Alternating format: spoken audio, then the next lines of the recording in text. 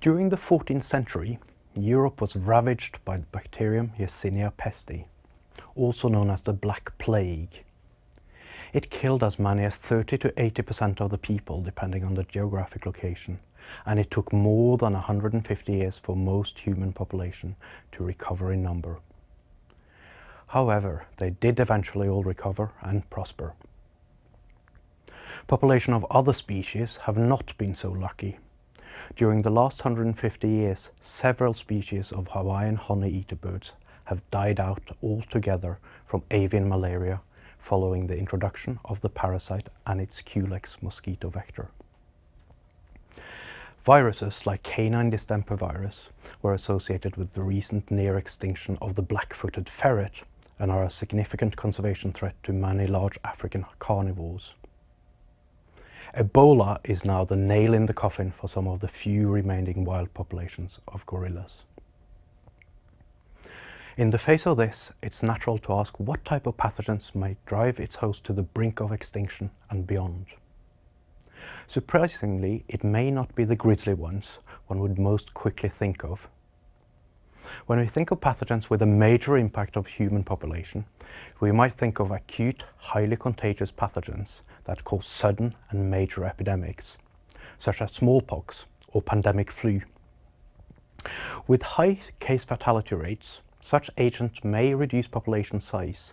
However, they rarely drive populations or species extinct.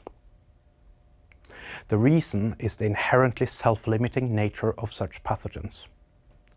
As susceptible hosts are being depleted through the epidemic, transmission slows, and the chain of transmission is almost always broken while some fraction of susceptible individuals still remains uninfected. The simple susceptible infected recovered model predicts an exponentially decaying relationship between the pathogen basic reproductive number and the fraction of hosts escaping infection. Thus, a flu-like pathogen with an R0 of around 1.5 is expected to leave around 20% of the population unharmed, even if it killed all infected individuals. A lethal smallpox-like pathogen with an R0 as high as 5 would be absolutely devastating, but the epidemic would still be expected to burn out with a percentage of the population remaining, even in the absence of any control measures or behavioral changes in the host. Thus, acute, directly transmitted pathogens may bring a population near the brink of extinction, but unlikely beyond. The inherent self-limitation of these pathogens comes about because the force of infection acting on the susceptible population drops quickly during the second half of the epidemic. Thus, from the point of view of extinction, we are concerned with characteristics that prevent this from happening. Two key characteristics that reduce pathogen self-limitation and increase the chance of host extinction are alternative hosts that can serve as a reservoir and vector-borne transmission. Having an alternate and resistant host means that the pathogen can still circulate robustly as the susceptible population is depleted. This mechanism is an important driver in many chytrid fungus-driven extinction of frogs throughout the Americas. Some species appear resistant, while in other species the disease is almost always fatal. Squirrel pox, which is 100% lethal in some species, is responsible for the disappearance of England's red squirrels. The North American grey squirrel, which is resistant to the disease, was introduced to England and brought the virus with it.